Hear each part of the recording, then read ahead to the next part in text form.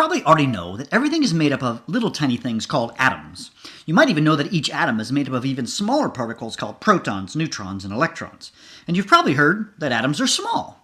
But I'll bet you haven't ever thought about how small atoms really are. Well, the answer is that they are really, really, really small. So you ask, just how small are atoms? Well, to understand this, let's ask this question. How many atoms are in a grapefruit? Well, let's assume that the grapefruit is made up of only nitrogen atoms, which isn't at all true, but there are nitrogen atoms in a grapefruit. Well, to help you visualize this, let's blow up each of the atoms to the size of a blueberry. And then how big would the grapefruit have to be? It would have to be the same size of, well, actually, the Earth. That's crazy. You mean to say that if I filled the Earth with blueberries, I would have the same number of nitrogen atoms as a grapefruit? That's right. So how big's the atom? Well, it's really, really, really, really small. And you know what? It gets even more crazy. Let's now look inside of each atom. That's the blueberry, right?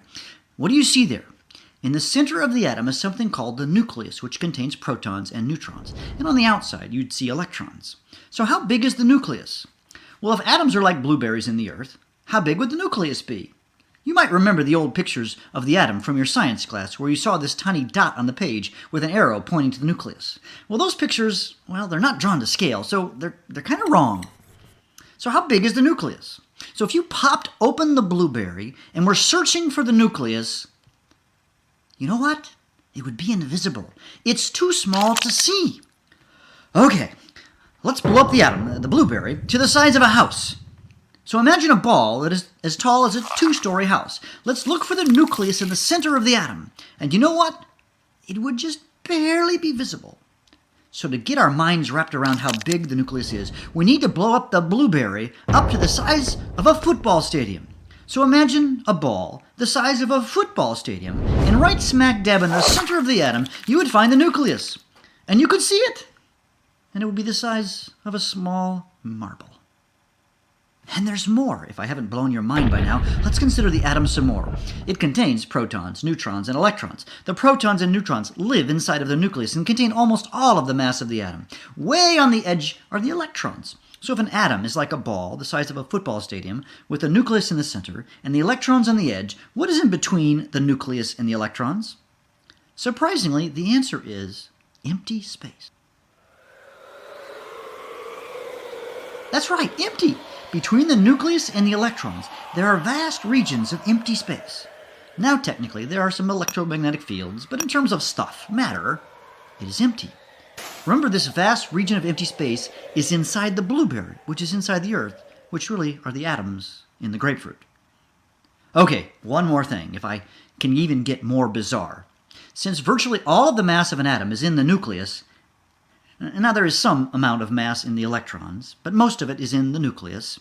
How dense is the nucleus? Well, the answer is crazy. The density of a typical nucleus is 4 times 10 to the 17th kilogram per meter cubed.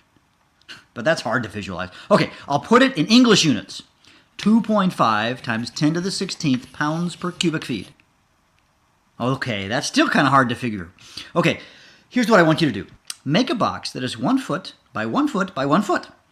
And let's go and grab all of the nuclei from a typical car. Now, cars on average weigh 2 tons. How many cars' nuclei would you have to put into the box to have your 1 foot box have the same density of a nucleus? Is it 1 car? 2? How about 100?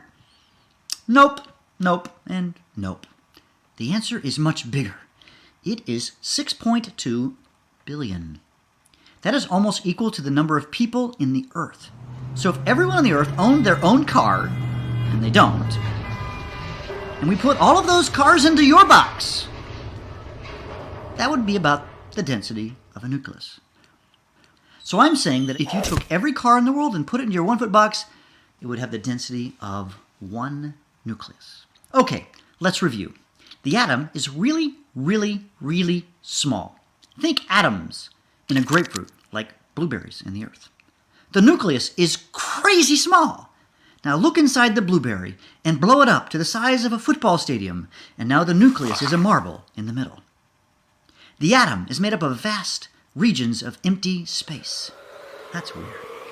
The nucleus has a crazy high density. Think of putting all those cars in your 1 foot box. I think I'm tired.